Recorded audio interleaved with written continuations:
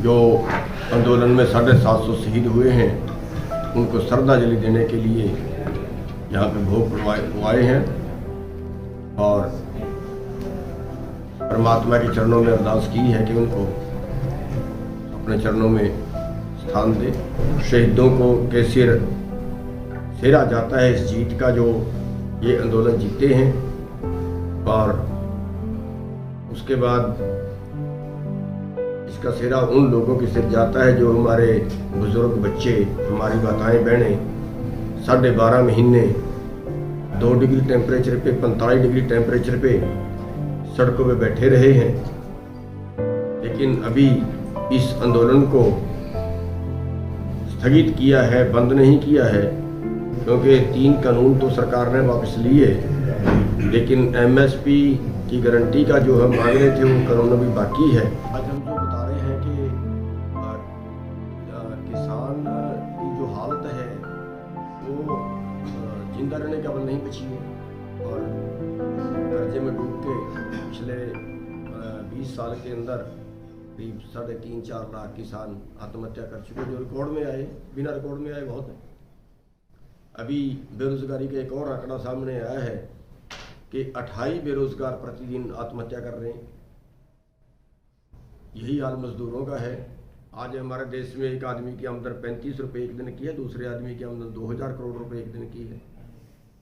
और जो हमारे अगले बच्चे जो मजदूरी कर रहे हैं उनकी हालत ये है कि 6000, 7000, 8000 में 11-11 घंटे काम कर रहे हैं, जबकि करीब 9500 है अनस्किल्ड का भी 8 घंटे काम करने का, तो वो भी उनको नहीं मिल पा रही।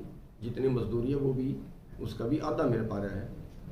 तो ये बड़े कारण है कि आम जो जनता है उसके हालात, उसकी आर्थिक हालत खराब होगी। एक दुनिया देश के अंदर आर्थिक युद्ध चल रहा है कि पूरे संपत्ति को हड़प लिया जाए, चाहे वो प्राकृतिक संपत्ति है, चाहे वो दूसरे कारोबार हैं, वो सारा कारपोरेट हड़प रहा है।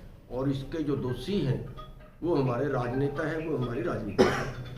और अगर हमने इस देश को बचाना है तो फिर हमें राजनीति बदलनी पड़ेगी। पानी की मारी खेती पानी से ही हरी हो, और दूसरा इसका कोई रास्ता है नहीं। आंदोलनों से कानून रुक जाते हैं, हम थोड़ा ब्रेक उसको दे देते हैं, वो लंबा टाइम निकाल देता है लागू होते बस, लेकिन होगा। अब जैसे इसी अगर मैं आंदोलन की बात करूं तो 12.5 महीने सड़क पे बैठने के बाद, उसके भी कई महीने पहले का आंदोलन चल रहा था। इतनी कुर्बानियां देने के बाद एक बार सरकार झुकी है और उसने कानून वापस लिए हैं, लेकिन उसके बाद फिर देश का कृषि मंत्री बयान दे रहा है कि ठीक है, हमने एक कदम पीछे हटाया है दबाव में और फिर हम आगे बढ़ाएंगे। तो ऐसे जो हालत है, और बयान देते हैं कि भीड़ इकट्ठी करने से कानून थोड़े बदले जाते हैं। अब वो कैसे बदले जाते हैं, फिर तो दूसरा तरीका तो ये, अगर भीड़ इकट्ठी करने से नहीं बदले जाते तो फिर जो अंदर अपने आदमी घुसाइए तब बदले जाएंगे। अगर वहाँ सरकार अपनी आती है तो मॉडल कैसा होगा, सरकार कैसे चला के दिखाएंगे, ये एक सैंपल पेश करना चाहते हैं कि न्याय कैसे मिलता है, पढ़ाई कैसे फ्री करा सकते हैं, इलाज कैसे फ्री करा सकते हैं, नशे कैसे रोक सकते हैं, छोटे लोगों को रोटी खाने का काबिल कैसे बना सकते हैं। यहाँ तो रिवाज है ना, भी तो पहले भूख देते हैं फिर भीख देते हैं। ये आम जनमानस जो है वो 2 चीज़ पे जिंदा है, या कर्जे पे जिंदा है या भीख पे। तो ये सारा कुछ करके दिखाएंगे।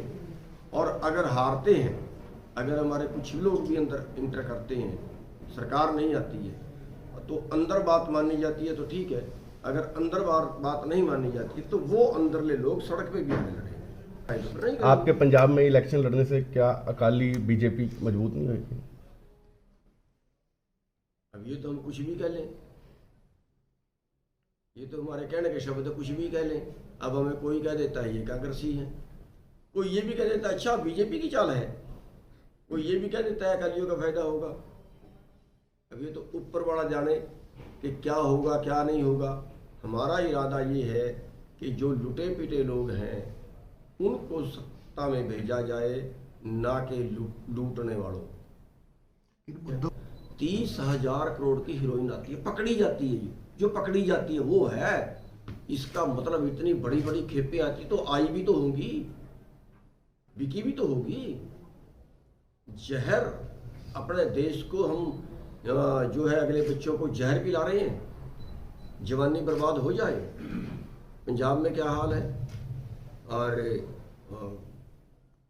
कोई कार्रवाई नहीं है किसी के ऊपर, जैसे देश हमारा है ही नहीं, ये हाल हो गया है।